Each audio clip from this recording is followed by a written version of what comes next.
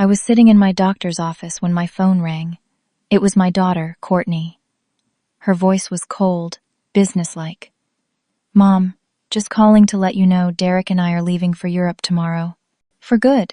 Your beach house in Malibu and your Mercedes have already been sold. Everything's done. The money's been transferred. Bye." She hung up. I sat there, stunned, as other patients stared. The nurse called my name. I took a breath, called Courtney back. "I understand, sweetheart. But you forgot one thing." She snapped. "What are you talking about?" I laughed because the house she sold wasn't actually hers to sell. My hands were still shaking as I held the phone to my ear, standing right there in the waiting room. The other patients had gone back to their magazines, but I could feel their curiosity hanging in the air. Courtney's voice came through sharp and impatient. "What do you mean it wasn't mine to sell? You gave me power of attorney, Mom. I had every right." I kept my voice steady, even though my heart was racing. "The beach house wasn't in my name, Courtney. It hasn't been for 7 years. Your father set it up in an irrevocable trust before he died." The silence on the other end stretched for 3, maybe 4 seconds. Then I heard her breathing change. "That's impossible. I have all the paperwork. The deed, the title, everything." "You have copies of old documents," I said quietly. "When your father Gerald died, he'd already transferred the property into a trust. The 3 of you kids are equal beneficiaries, but only I have the authority to sell during my lifetime. You had power of attorney for my healthcare decisions, honey. Not my finances, not the trust." Another pause. Then her voice rose, panicked now. "The sale already happened, 3 days ago. The buyers, Troy and Heather Watson, they're already living there. They've moved in all their furniture. The closing was final." I closed my eyes. "Then you need to undo it immediately. How did you even manage to sell property you didn't own?" The nurse called my name again. I held up one finger, asking for a moment. Courtney's voice cracked. "I used the power of attorney paperwork. I had the letterhead. The notary, he didn't ask too many questions. Derek found him. And the signatures, my stomach dropped." "You forged my signature?" She was crying now. Real tears, the kind I'd heard when she was a little girl and knew she was in terrible trouble. "We didn't have a choice, Mom. Derek's business failed. We're drowning in debt. We're about to lose our house. We needed the money so badly. I thought you'd understand eventually. You're getting older. You don't need such a big place anymore. And you have your house in Pasadena. So you stole from me? We were going to tell you. After we got settled in Europe, after things calmed down, we were going to explain." "You were going to run away," I said. "That's what you were going to do." I heard a man's voice in the background. "Derek. My son-in-law, the man I'd never trusted. The man who'd swept my middle daughter off her feet 8 years ago despite every warning sign." His voice grew louder as he apparently took the phone from Courtney. "Sasha. He always called me by my first name, never Mom. Let me be very clear about the situation. Every document looks completely legitimate. We had a notary witness, everything. The buyers are innocent people who purchased a property in good faith. You can try to fight this, but you'll spend a fortune on lawyers and lose anyway. Derek, you committed fraud. Multiple felonies. You need to fix this right now before this gets any worse." His laugh was cold. "Here's what's going to happen. We're leaving the country tomorrow. The money is already in offshore accounts. You can't touch it. And honestly, Sasha, who's going to believe you? Aren't you at the doctor's office right now? For memory problems?" My blood ran cold. "How did you know that?" "I know a lot of things. I know you've been having trouble remembering conversations, forgetting where you put things. That's why I encouraged Courtney to suggest you see someone. And here you are, getting evaluated. So, tell me, who's a judge going to believe? A successful businessman and his wife? Or an elderly woman with documented cognitive issues who probably gave her daughter permission to sell the house and just doesn't remember?" The world tilted slightly. "I don't have memory problems. I came here for a routine checkup. That's what someone with memory problems would say. Try to stop us, Sasha. And we'll make sure everyone knows about your condition, your confusion, your false accusations. We'll paint you as a tragic figure who can't accept that she's declining. Is that really how you want to spend your final years? Fighting your own daughter in court? You're a monster, I whispered. I'm a realist. We're leaving tomorrow. Don't try to contact us again. Courtney's already upset enough. He hung up. I stood there in the doctor's waiting room, my phone feeling like it weighed 10 pounds in my hand. The nurse was looking at me with concern now. Mrs. Sasha, are you all right? The doctor's ready for you. I followed her back on autopilot. My mind was racing through everything Derek had just said. He knew about the doctor's appointment. He'd been planning this for months, maybe longer. The memory problems he mentioned. I didn't have any, but he'd been planting seeds, asking me if I remembered conversations we'd never had, suggesting I was forgetting things, setting up a narrative. Dr. Palmer, my physician of 15 years, smiled warmly as I entered. Sasha, good to see you. I have your test results from last month. Everything looks excellent for a woman of 67. Your cognitive function tests were perfect. Blood pressure's good. You're healthy as can be. Can I get a copy of that? I asked. In writing. The part about my cognitive function. He looked surprised but nodded. Of course. Is everything okay? I'm not sure yet, I said. After the appointment, sitting in my car in the parking lot, I pulled out my purse. Underneath my wallet, I found an envelope I'd nearly forgotten about. Gerald had given it to me 7 years ago, right after he'd set up the trust.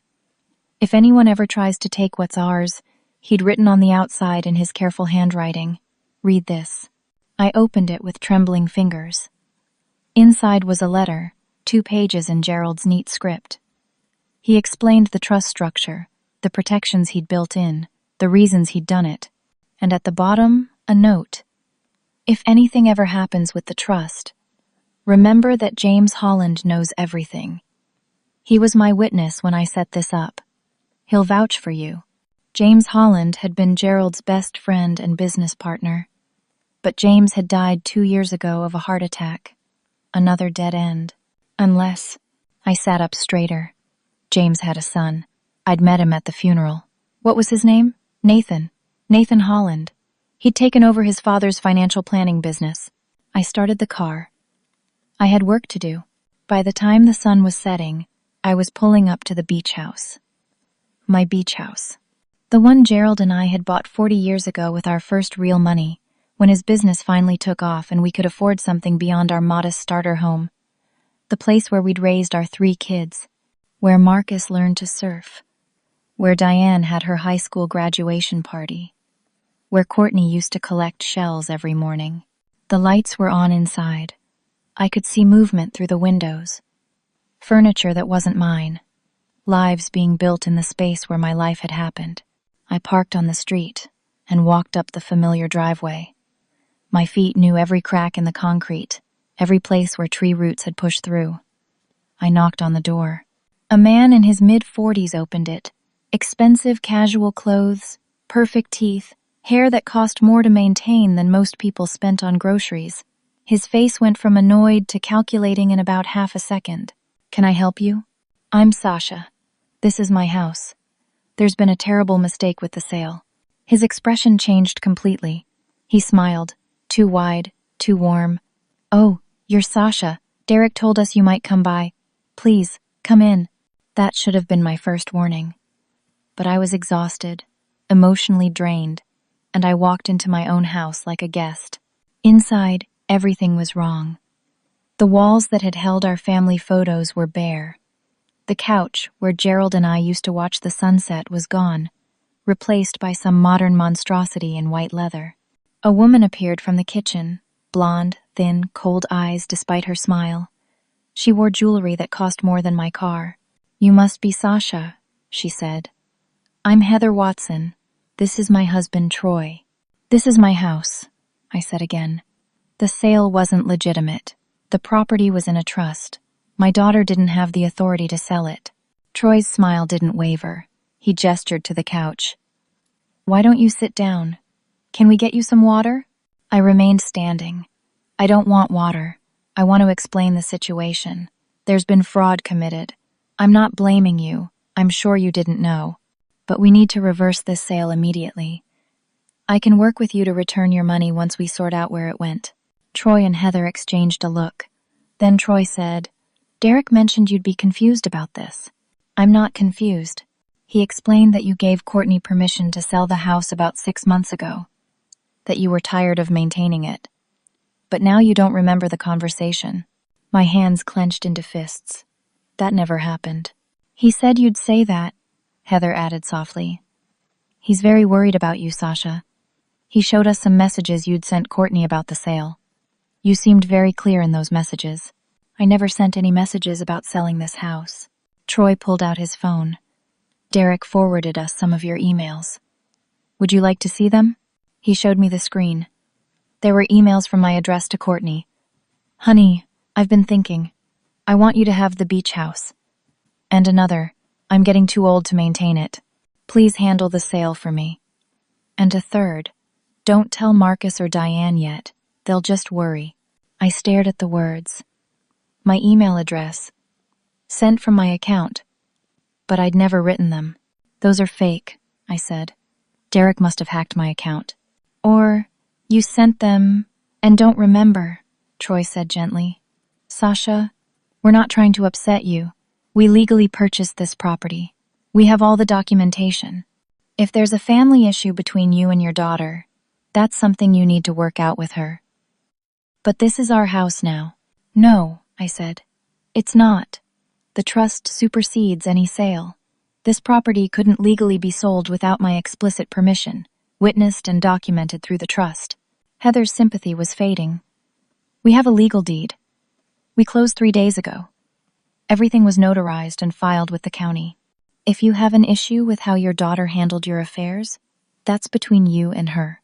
This is fraud, I said, my voice rising despite my efforts to stay calm. You bought a property that wasn't legally for sale. Troy's face hardened. Be very careful about making accusations, Sasha. We are innocent buyers. We did everything correctly. If you continue to harass us, we'll have no choice but to take legal action against you. I'm not leaving my property. It's not your property anymore, Troy said flatly. He took out his phone again and made a call. Yes, police? We need an officer at 2347 Pacific Coast Highway. We have a trespasser who's refusing to leave. Yes, she's elderly. She seems confused. No, she's not being violent, just insistent. Thank you. You're calling the police on me? In my own house? In our house, Heather corrected. Troy, show her the documents. He went to a briefcase and pulled out a folder. Inside was a deed with my signature, notarized. Trust dissolution papers with my signature. Sales agreements with my signature. Every document looked official, legal, real, except I'd never signed any of them.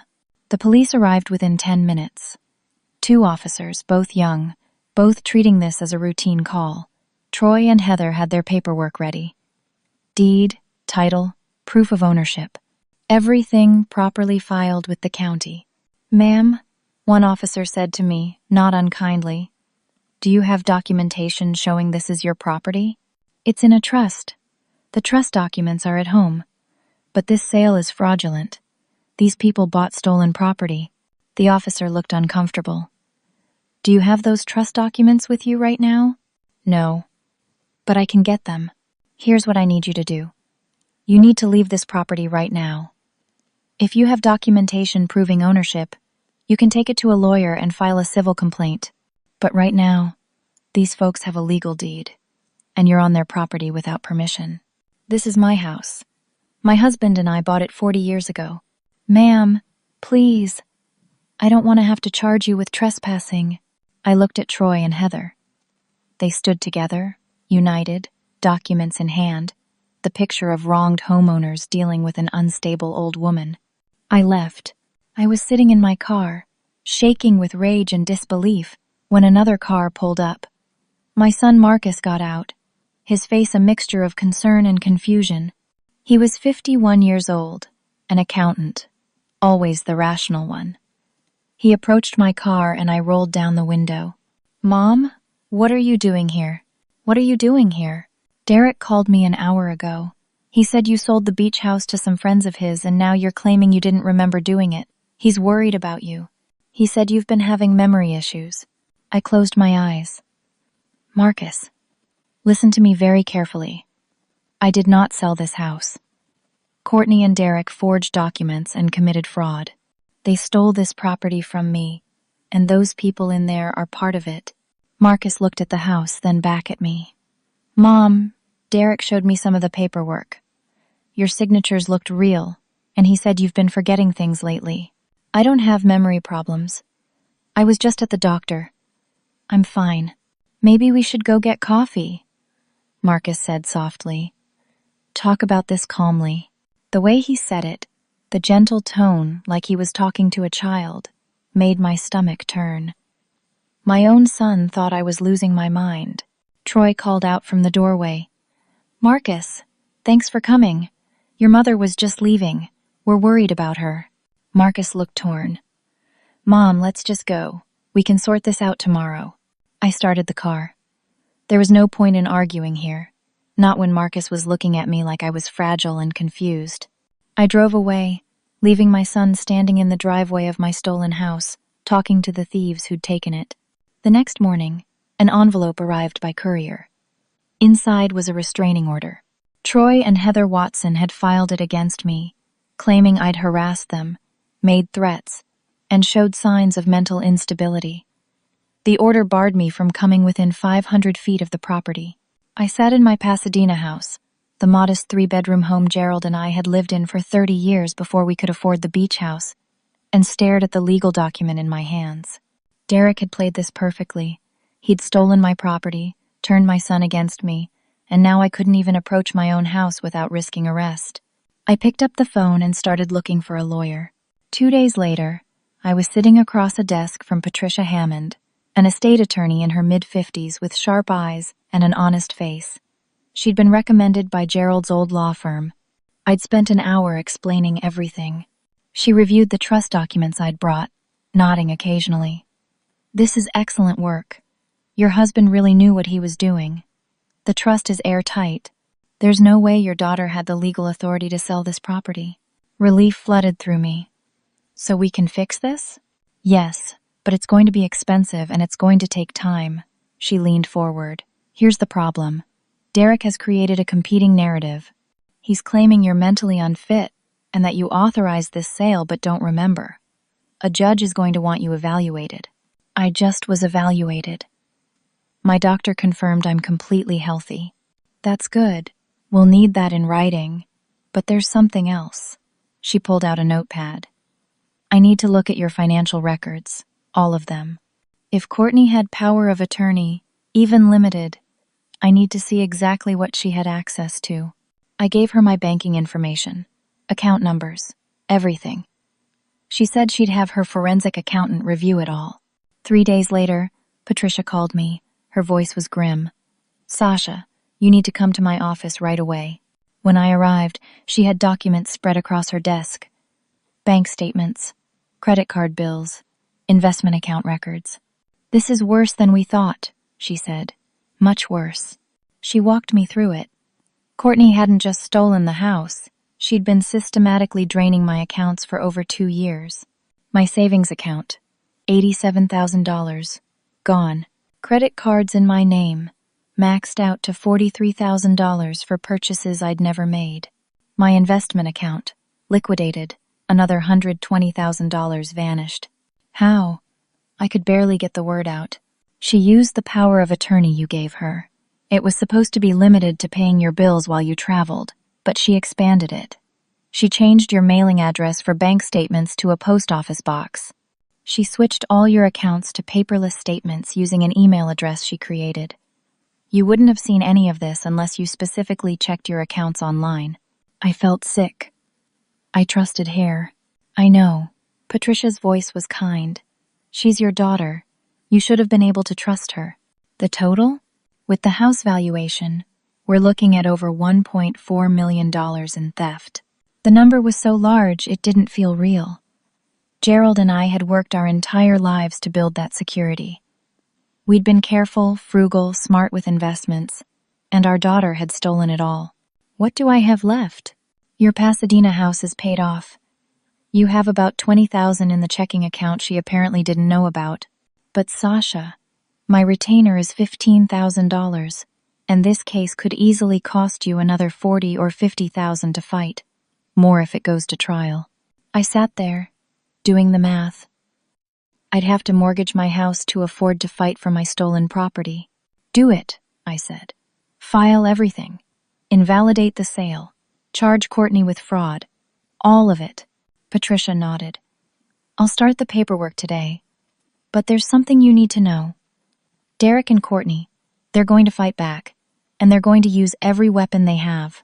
She was right. 2 days after Patricia filed the lawsuit to invalidate the sale and have Courtney charged with fraud, Marcus called. Mom, I think we need to have a family meeting. Can you come to my hotel tomorrow? I should have known. I should have seen it coming. But I was so desperate to reach my son, to make him understand, that I agreed. I arrived at the hotel conference room to find not just Marcus and my youngest daughter, Diane, who'd flown in from Portland, but also Derek and Courtney. And 2 other people I didn't know. A man in his 60s with a kind face and a leather portfolio, and another man with a video camera. What is this? I asked. Marcus stood up. Mom, please sit down. We're all here because we love you, and we're worried about you. Derek gestured to the older man. This is Dr. Calvin Brennan. He's a psychiatrist who specializes in elder mental health. We asked him to sit in on this conversation. I remained standing. This is an ambush. It's an intervention, Derek said calmly. Please, Sasha. Sit down. Let us talk. Against my better judgment, Saturday. Derek took charge of the meeting. He had a presentation prepared, like this was a business pitch. He went through point by point, times I'd supposedly forgotten conversations with him, stories of me repeating myself, instances of erratic behavior, the doctor's appointment for memory concerns, my irrational accusations of theft, my harassment of the Watsons. Each point was either fabricated, taken wildly out of context, or twisted beyond recognition. But the way Derek presented it, with charts and dates and concerned expressions, it sounded convincing. Courtney was crying. She'd always been a good actress. Mom, I'm so sorry you think I stole from you. It breaks my heart. You called me 6 months ago and told me you wanted me to have the beach house. You said Dad would have wanted me taken care of. You said you were tired of maintaining it and wanted to downsize. That never happened. I have recordings of our conversations, Courtney said. She didn't. I was sure of it. But the claim made Marcus and Diane exchange glances. Dr. Brennan spoke for the first time. His voice was gentle, sympathetic. Sasha, I've reviewed the information your family has provided. I think it would be beneficial for you to undergo a complete psychiatric evaluation. What you're describing, these false memories, these accusations against your family, they can be symptoms of several conditions. Dementia, paranoid delusions. Even severe depression can present this way. There's nothing wrong with me, I said. My doctor confirmed it. A general practitioner can't diagnose psychiatric conditions, Dr. Brennan said. I'd like to schedule you for a full evaluation at my clinic. It's completely voluntary, of course, but I think it would help everyone understand what's happening. Derek slid papers across the table. We'd like you to sign these, Mom. I looked at the documents. An agreement to drop all legal action against Courtney. Papers giving Marcus temporary control of my finances. Consent for psychiatric evaluation. A statement that the beach house sale was authorized. Absolutely not. Derek's face remained calm, but his eyes went cold. Then we'll have to do this the hard way. What does that mean? Marcus spoke up. Mom, if you won't accept help voluntarily, we may have to petition the court for guardianship. Just temporary, until we can figure out what's going on with your health. I stared at my son. You're going to try to have me declared incompetent? To protect you, Marcus said. His eyes were pleading. Mom, you're accusing Courtney of crimes. You're making wild claims about Derek. You tried to break into someone's house. The police were called. You're not acting like yourself. I'm acting exactly like someone whose daughter robbed her. Diane spoke for the first time, her voice thick with tears. Mama, please. Why would Courtney steal from you? She loves you. We all love you. Maybe you did tell her she could have the house, and you just don't remember.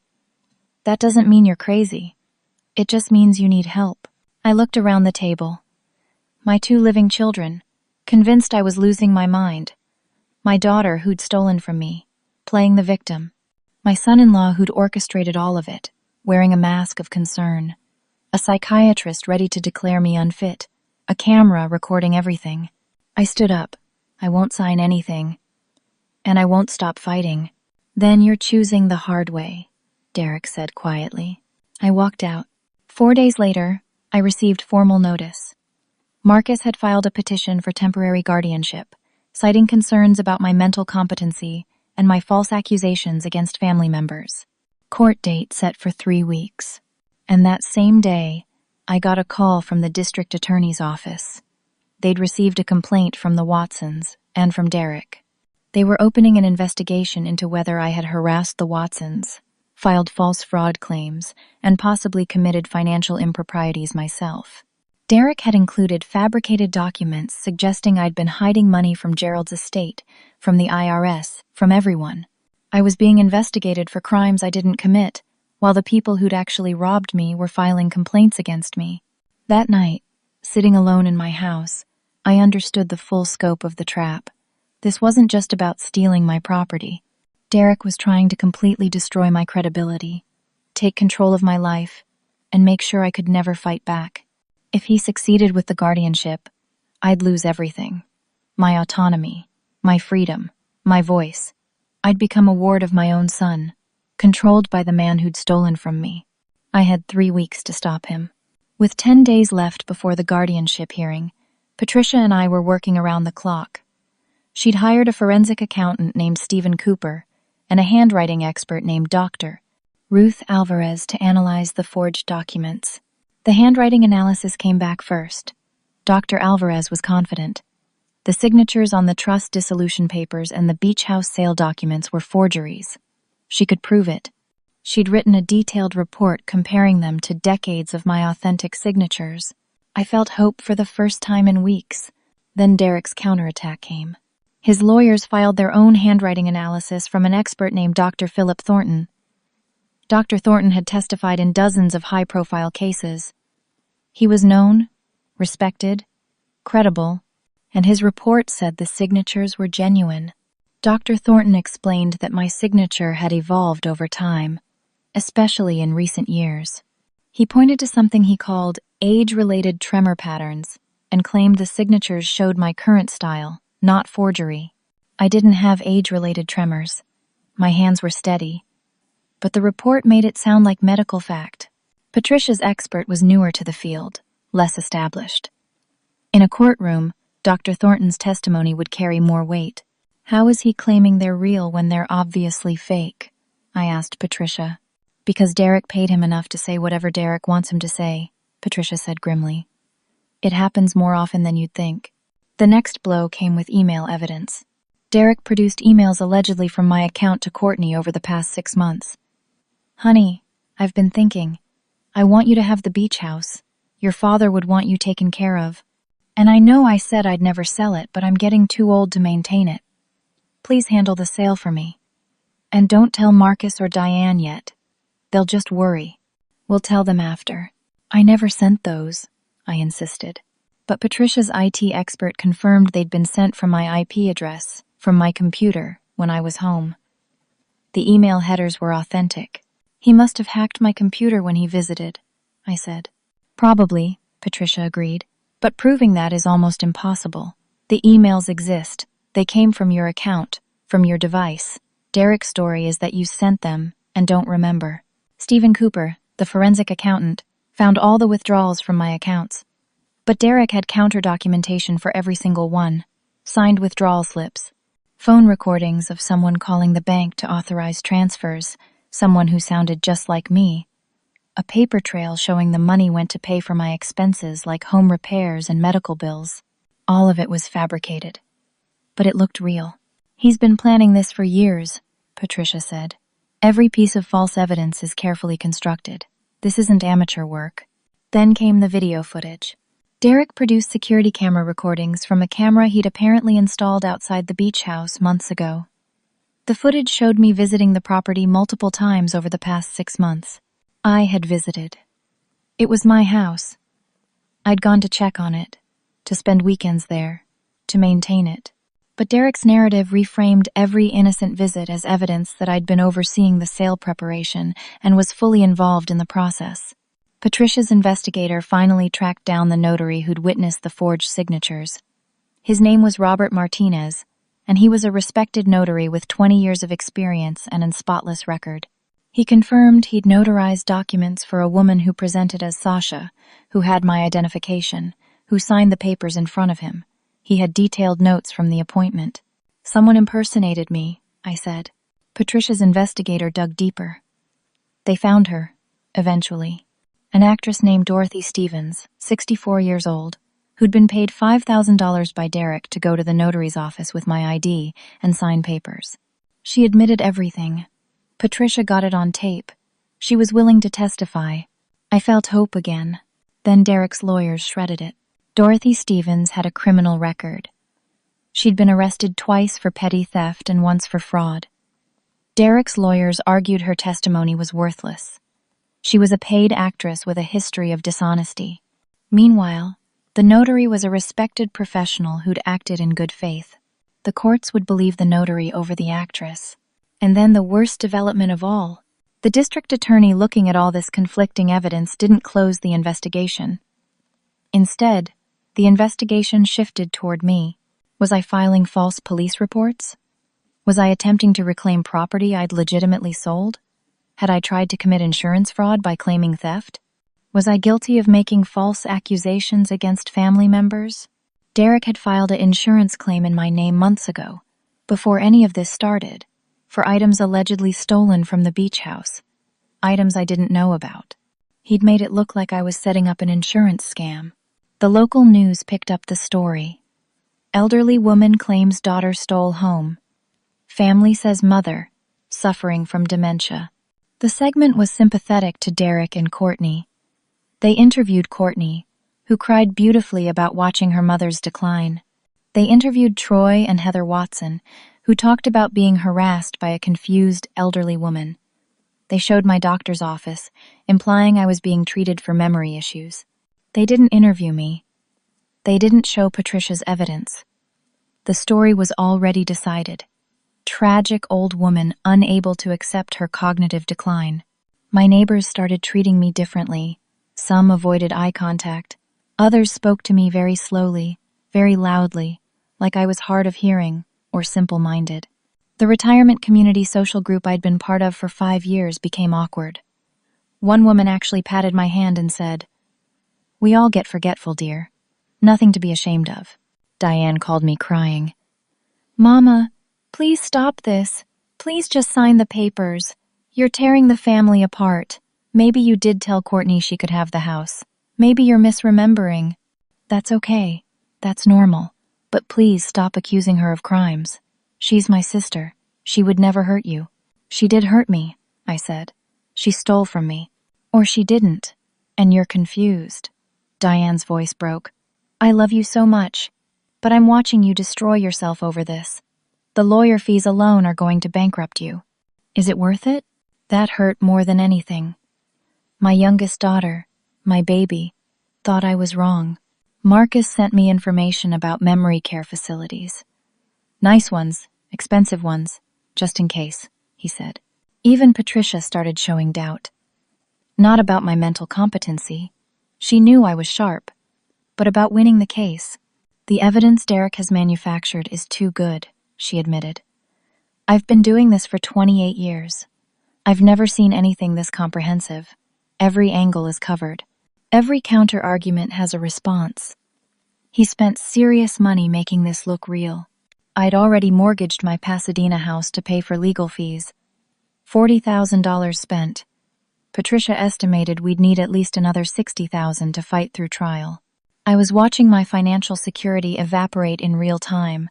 trying to prove something everyone already believed was a delusion. 5 days before the hearing, everything got worse. I received notice that the hearing date had been moved up. Instead of 5 days, I had 3. Derek had connections with someone in the court system. They'd expedited it. Patricia and I weren't fully prepared. Worse, the judge assigned to the case was Judge Harold Brennan. No relation to Dr. Calvin Brennan, but an unfortunate coincidence. Judge Brennan was 70 years old and known in the legal community as being very protective of elderly people. He assigned guardianships quickly if he thought an elder was at risk, believing it was better to be safe than sorry. That night I couldn't sleep. I kept thinking about what would happen if I lost. Marcus would become my guardian. He'd gain control of my finances, my medical decisions, my life. And Marcus, good-hearted Marcus, who thought he was protecting me, would do whatever Derek suggested because he trusted Derek's judgment. Derek would have won everything. I got up at 3 a.m. and made tea. Sitting at my kitchen table, I pulled out Gerald's letter again, reading it for the 100th time, his words about protecting the trust, his promise that the structure was solid, his note about James Holland knowing everything. James was gone. That help was buried with him 2 years ago. Unless... I sat up straighter. At James's funeral, Gerald had said something. I'd barely been paying attention, lost in grief over losing Gerald's best friend. But Gerald had said, at least Jamie got to see his son take over the business before he went. James had a son who'd inherited his father's financial planning firm.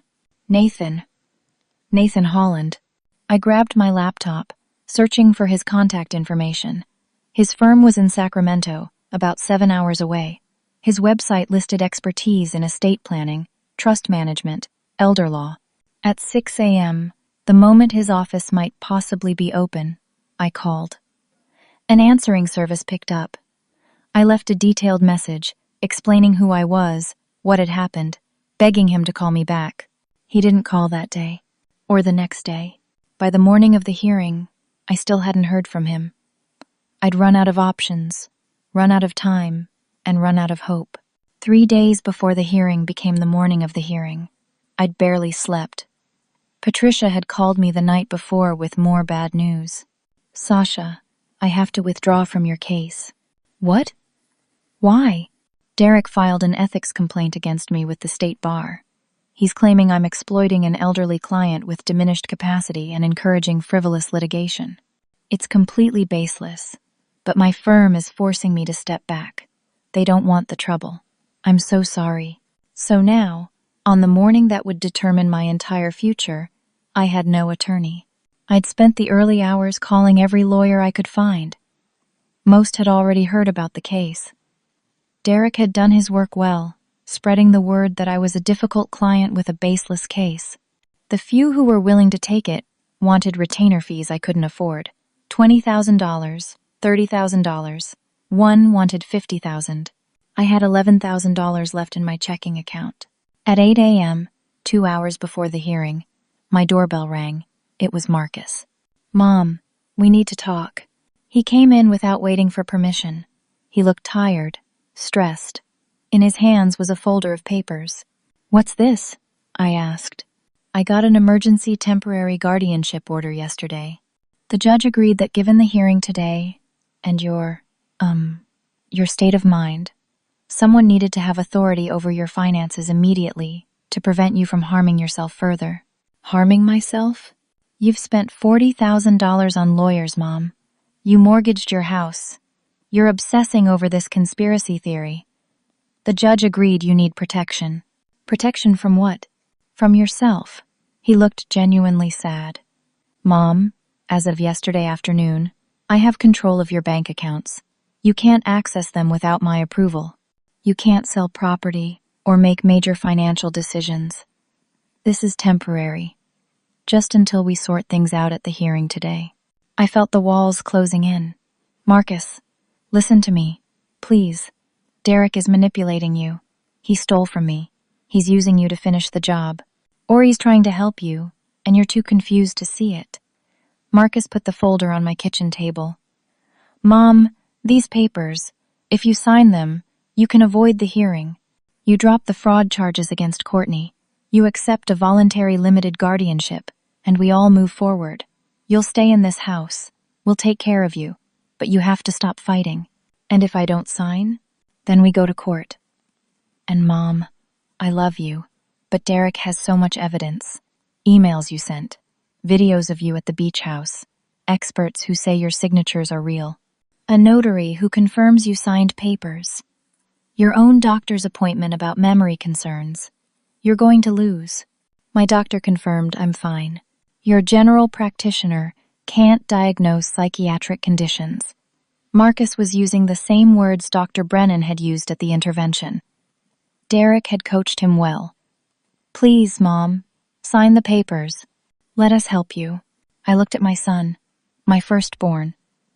The baby I'd held 51 years ago, the boy I'd raised, the man I loved, and I saw that Derek had completely turned him against me.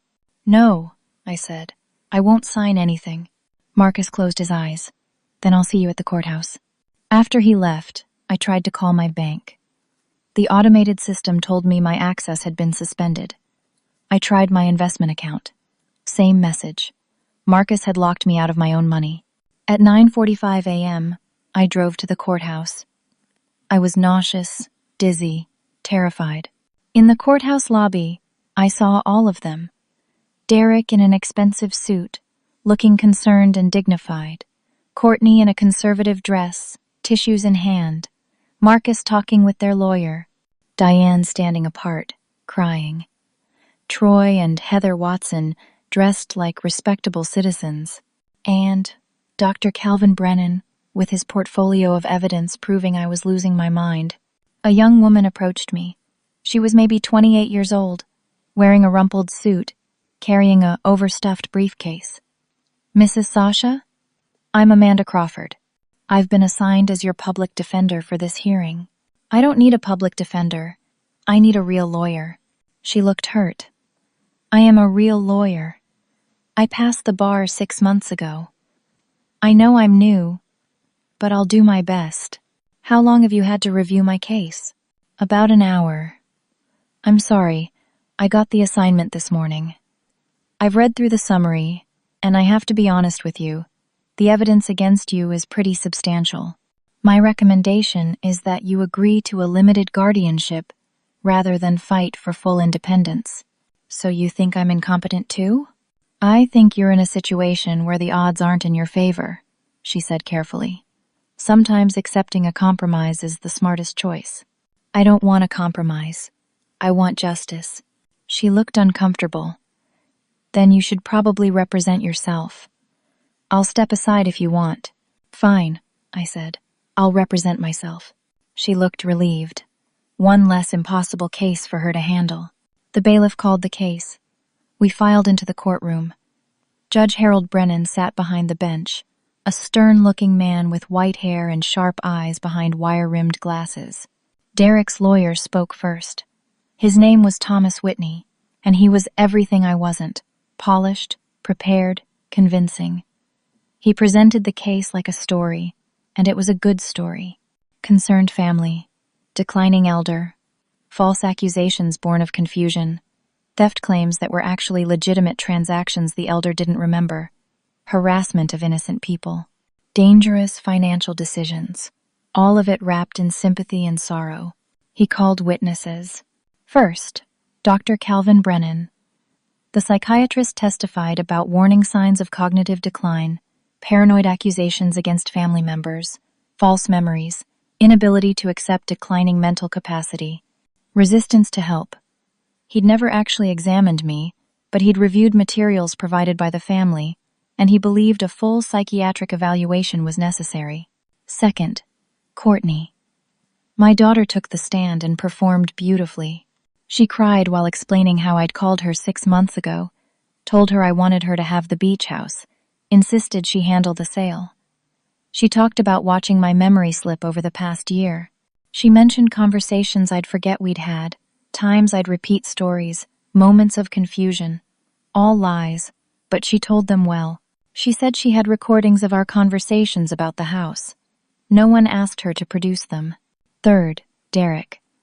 He was calm, measured, respectful. He talked about trying to help me, about the family intervention where I'd refused assistance, about his concerns for my safety. He positioned himself as the dutiful son-in-law, bearing the burden of a difficult situation with grace. Fourth, Marcus. This was the knife in my heart. My son testified that he'd noticed changes in me over the past year. Memory issues, confusion, inappropriate anger.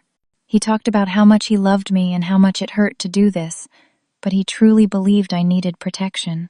Judge Brennan's expression grew more sympathetic toward me and more determined with each witness. Fifth, Troy Watson. He testified about buying the house in good faith, about my harassment, about his concerns that I was unstable. He presented himself as a victim of my false accusations. All of it was lies and manipulation, but it sounded so convincing. Finally, it was my turn. I stood up. I had no lawyer, no prepared presentation, no expert witnesses, just me and the truth. Your Honor, my late husband Gerald created an irrevocable trust 7 years ago to protect our property. That trust named me as the sole person with authority to sell during my lifetime. My daughter did not have that authority. She forged my signature, committed fraud, and stole my property. Everything else you've heard today is a manufactured story designed to cover up those crimes. Judge Brennan looked at me with kind eyes. Mrs. Sasha, I understand this is difficult, but can you explain the emails you sent your daughter about wanting her to have the house? I never sent those emails. My son-in-law hacked my account. Can you prove that? No, I admitted, but I know I didn't send them. What about the video footage showing you at the property multiple times before the sale? That was my property. I visited it regularly to maintain it. Derek is reframing innocent visits as something suspicious. And the notary who confirmed you signed the documents in his presence? Someone impersonated me. An actress Derek hired. Do you have proof of that? We found the actress. She confessed. But she has a criminal record, so Derek's lawyers say her testimony doesn't count. Judge Brennan's sympathy was shifting to determination. He was going to rule against me. I could see it in his face. Your Honor, I said desperately, my husband set up this trust with his business partner James Holland as witness. James died 2 years ago, but his son Nathan inherited his practice and all the files. If you could just give me one more day, I could get Nathan Holland here to testify about what my husband intended and to prove the signatures are forgeries. Derek's lawyer stood up. Your Honor, this is clearly a delay tactic. We've been dealing with these baseless accusations for months. The evidence is overwhelming. It's time to provide Mrs. Sasha with the protection she needs. Your Honor, please, I said. Just one day. Judge Brennan looked at me with pity.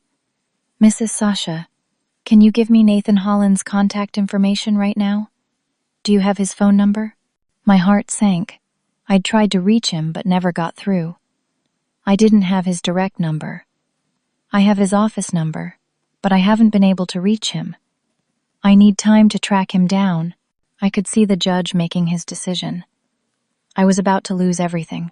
Then a voice from the back of the courtroom said, Your Honor, I'm Nathan Holland. Everyone turned. A man in his late 40s stood up from the back row. He wore a suit and carried a large briefcase. He walked down the aisle toward the front. I apologize for being late. I flew in from Sacramento this morning. I had some trouble finding parking. He approached the bench. Your Honor, my name is Nathan Holland.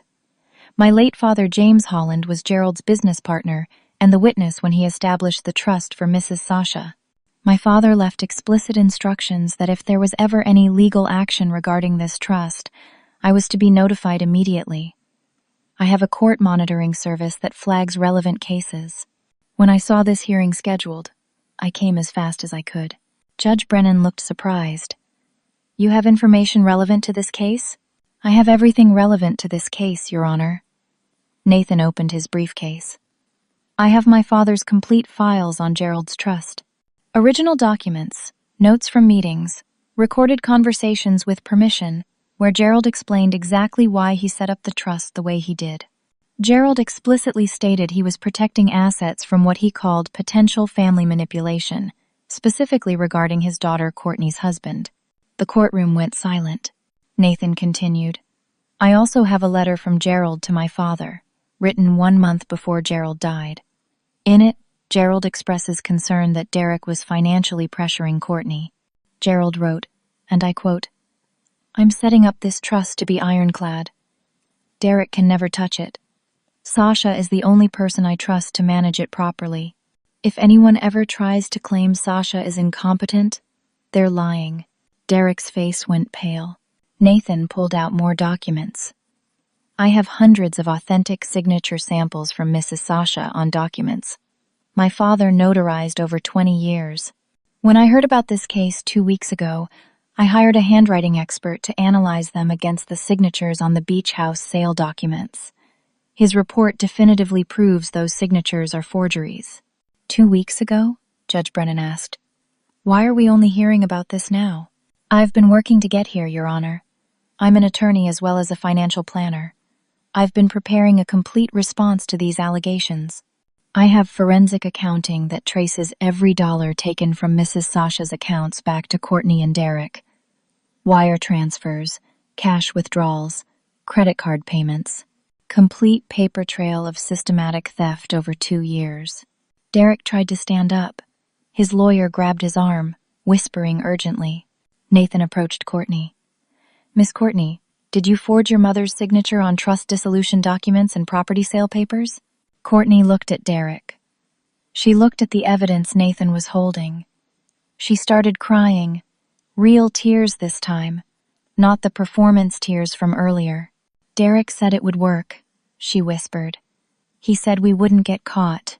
"Answer the question," Nathan said firmly. "Did you forge documents?" "Yes," Courtney sobbed. "Yes, I forged them. But Derek made me do it. He said we'd lose everything if I didn't. He said Mom wouldn't even notice." Derek jumped up. "Courtney, shut up. Don't say another word." Judge Brennan slammed his gavel. "Mr. Derek, sit down. Miss Courtney, did you steal money from your mother's accounts over a 2-year period?" Courtney was falling apart. "Yes. I'm sorry. I'm so sorry. Derek said Mom had plenty of money.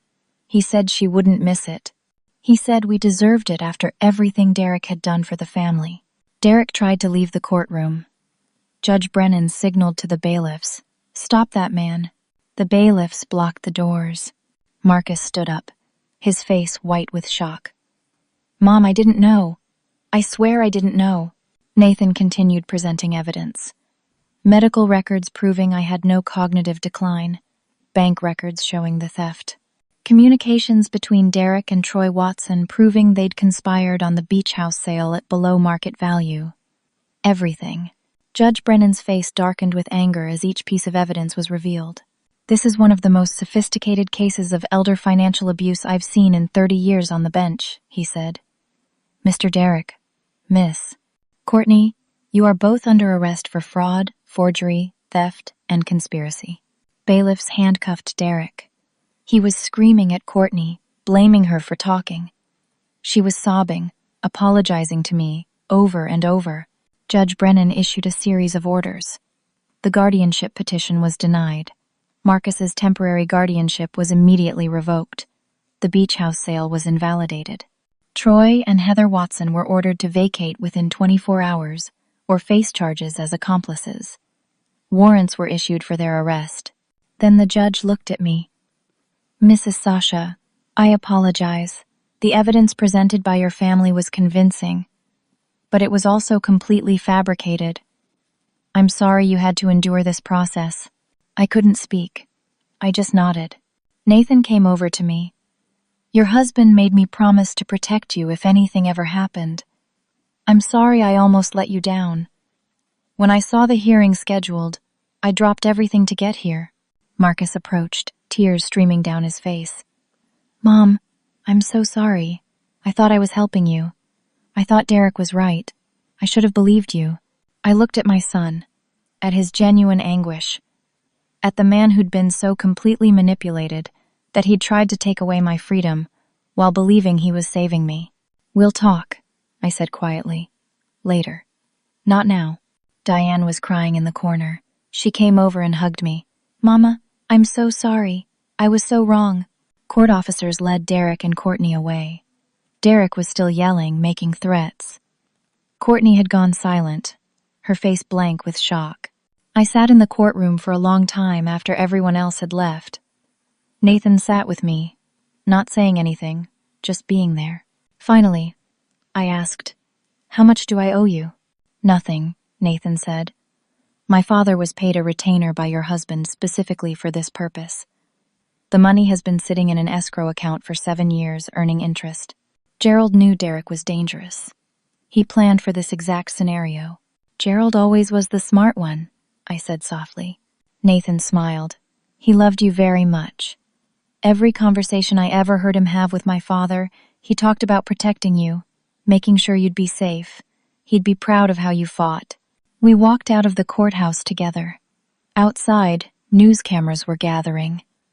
The story was already changing. Now I wasn't the confused elderly woman. Now I was the victim who'd been vindicated. I didn't want to talk to reporters. I just wanted to go home. I won't bore you with all the legal details of the months that followed. The short version is this. Derek was charged with multiple counts of fraud, forgery, theft, and conspiracy. He faced up to 20 years. Courtney took a plea deal, testifying against Derek in exchange for probation and restitution payments. Troy and Heather Watson were also charged as accomplices and took plea deals. The civil lawsuit Nathan filed on my behalf resulted in a judgment of $1.8 million. That covered the stolen $250,000, the fraudulent beach house sale costs, my legal fees, and punitive damages. Derek's business assets were seized. Courtney agreed to a payment plan for her share that would take her years to complete. The beach house was restored to my ownership. I had the locks changed and hired a property manager. The damage the Watsons had done was minimal, thank goodness. My Mercedes was recovered from impound. My bank accounts were restored. Derek eventually pleaded guilty to avoid trial. He's currently serving 12 years in federal prison. I don't feel victorious about that. It's just sad. But I do feel safe knowing he can't hurt me or anyone else for a while. The hardest part wasn't the legal stuff. It was the family. 3 months after the hearing, I met Courtney for coffee. She'd moved in with Diane temporarily while she sorted out her life. She'd started therapy. She was working as a waitress to make her restitution payments. We met at a small place in Santa Monica, neutral territory. She looked terrible. She'd lost weight. She had dark circles under her eyes. She looked older than her 46 years. "Mom," she said when she saw me. Her voice broke. "I'm so sorry." We sat down. For a long time, neither of us spoke. Finally, she said, "I don't even know how to explain what happened. Derek, he had this way of making everything seem reasonable. Every step seemed small. First, it was just looking at your bank statements. Then it was moving some money around to help with our debts. Then it was a little more. By the time we got to forging documents and selling the house, I was so deep in it that I couldn't see how wrong it all was." "You knew it was wrong," I said. "You had to know." "I did," she admitted. "But Derek convinced me you wouldn't really be hurt. That you had plenty of other money. That you'd eventually understand. That we deserved it after all the help Derek had given the family over the years." She laughed bitterly. "What help? He never helped anyone but himself." "He was abusive," I said. "Financially, emotionally, psychologically. I understand that. But Courtney, you still made choices. You chose to steal from me. You chose to lie to your brother and sister. You chose to try to have me declared incompetent. Those were your choices." She was crying now. I know. The guilt is crushing me. Every day I wake up and I can't believe what I did. You're my mother. I love you. And I tried to destroy you." "Why?" I asked. "That's what I really need to understand. Why?" She thought for a long time. "Derek promised me a life I wanted. Success, travel, security. When his business failed, when the debt piled up, I was terrified of losing everything. And he said this was the only way. He made it sound like we were just borrowing from you, like we'd pay you back eventually. By the time I realized we were stealing, really stealing, I was in too deep. You could have stopped, I said. At any point you could have told me the truth. I could have, she agreed. And I didn't. That's on me. Derek manipulated me, but I let him. I was weak and selfish and terrible. There's no excuse. No, I said. There isn't. We sat in silence again. Mom, I know I don't deserve it, but is there any chance you could ever forgive me? I looked at my daughter, the little girl I'd raised, who'd collected shells on the beach, who'd laughed at her father's jokes, who'd cried on my shoulder after her first heartbreak, and the woman who'd stolen from me, betrayed me, tried to have me locked away. I don't know, I said honestly. Maybe someday, but not now. Right now, the hurt is too fresh. You broke my heart, Courtney. You broke my trust. Those things don't heal quickly. I understand, she whispered. But, I continued, you're still my daughter.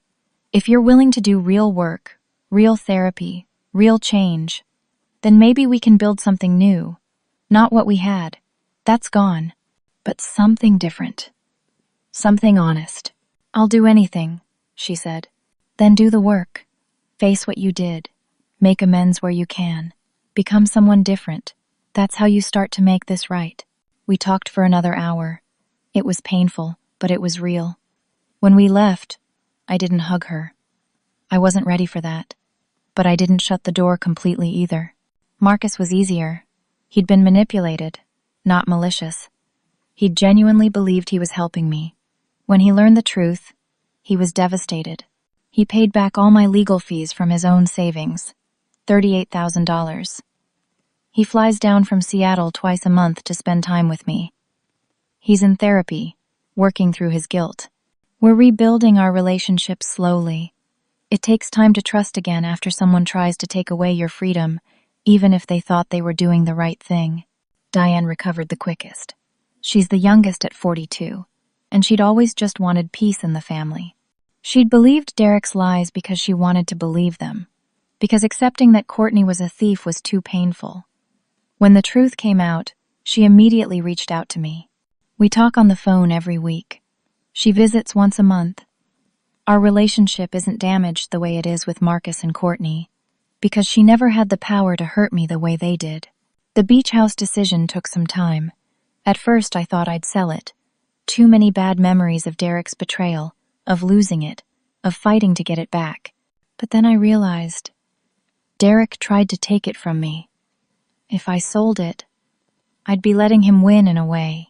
That house represented 40 years of my life with Gerald, of raising our kids, of building memories. I wasn't going to let Derek take even the memory of what it meant. So I kept it. I hired a property manager who rents it out as a vacation rental. The income covers all the maintenance and property taxes, with some profit left over.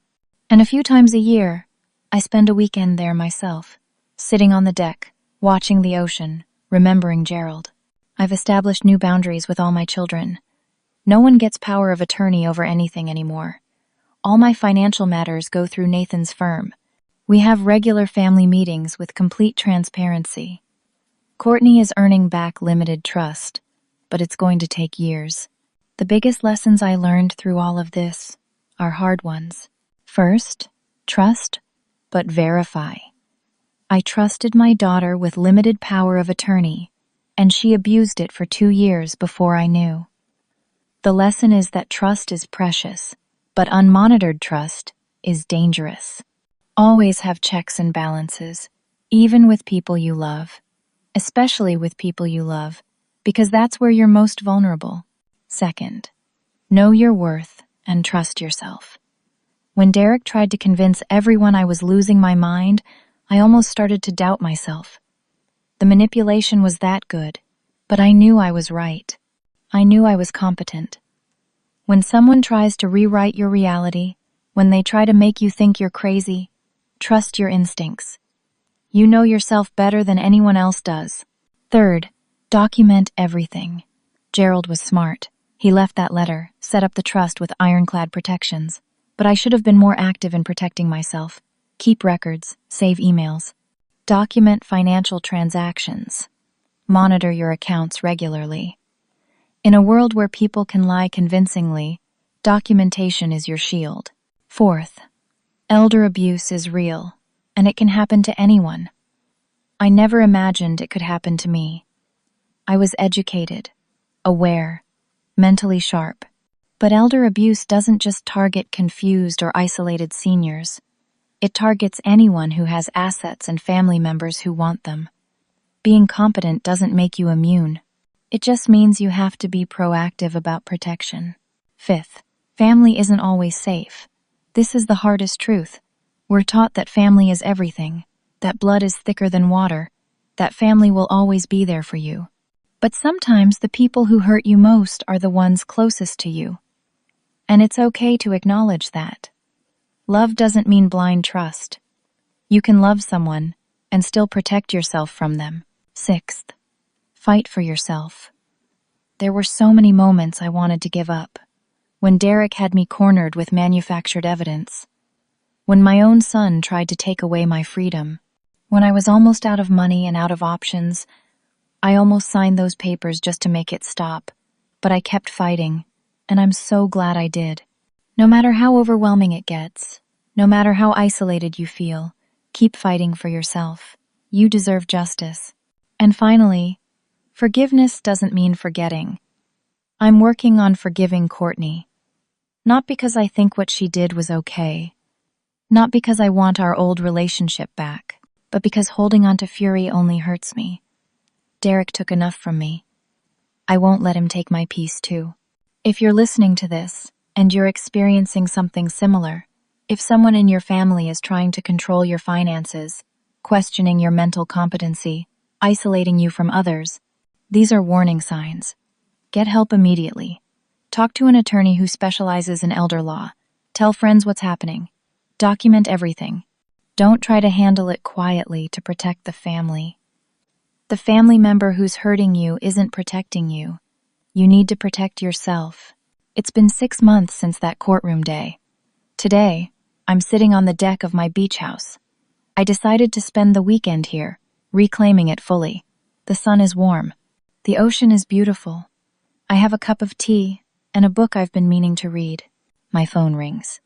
It's Marcus, just calling to check in. We talk for 20 minutes about normal things. His kids, my garden, a movie he watched. Before we hang up, he says, "I love you, Mom. I'm proud of how strong you are." "I love you too, honey," I say. After we hang up, I sit and think about Gerald. I wish he were here to see how his careful planning saved me. I think about how close I came to losing everything. I think about Courtney, hoping she truly will change. I think about how many other elderly people are going through this same thing without a Nathan Holland to save them. But mostly, I think about the fact that I'm here. I'm safe. I'm secure. I fought, and I won. The sun is setting over the Pacific now, painting the sky in shades of orange and pink. I close my eyes and just breathe. The ocean breeze is cool on my face. The sounds of the waves are constant, eternal, peaceful. I have my independence.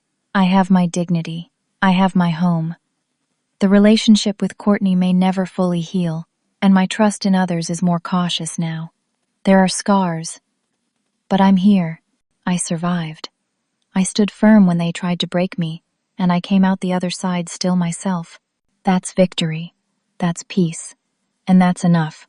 Sometimes winning isn't about getting revenge. It's about keeping what's yours, standing firm when they try to break you, and coming out the other side still yourself. That's what victory really means. That's what peace feels like. And sitting here in this house that Derek tried to steal, watching the waves roll in like they've done for millions of years, I finally feel it. Real, deep, earned peace. Gerald would be proud, and so am I. Now, I want to ask you something. Have you ever had someone you trusted betray you? Maybe not on this scale, but in some way that made you question everything you believed about that person? It changes you. doesn't it? But here's what I've learned. You get to choose what it changes you into. You can become bitter and closed off, trusting no one. Or you can become wiser and more careful, while still keeping your heart open to the people who deserve it. I'm working every day to be the second kind of person. If this story meant something to you, I'd love to hear your thoughts in the comments below. Have you experienced family betrayal? How did you handle it? What advice would you give to someone going through something similar? Your stories and wisdom could help someone else who's struggling right now. And if you found this story valuable, please hit that like button. It helps more people find these stories and maybe, just maybe, helps someone recognize the warning signs before it's too late. I share these stories every week, real experiences from real people navigating the complicated relationships we all face with family, friends, and loved ones. If you'd like to hear more, please subscribe to the channel. You'll be notified whenever a new story is posted. Finally, if you know someone who might benefit from hearing this, someone who's dealing with family financial issues or feeling gaslit by people they trust, please share this video with them. Sometimes just knowing you're not alone, that others have fought similar battles and won, can give you the strength to keep going. Thank you so much for listening to my story. I know it was long, and I know it was painful in places, but I hope it gave you something valuable. Whether that's awareness of how elder financial abuse works, or strength to stand up for yourself, or just the comfort of knowing that even in the darkest moments, there can be victory and peace on the other side. Take care of yourselves, protect yourselves, trust your instincts, and never let anyone convince you that standing up for yourself is wrong. Until next time, I'm wishing you safety, strength, and the wisdom to know who deserves your trust.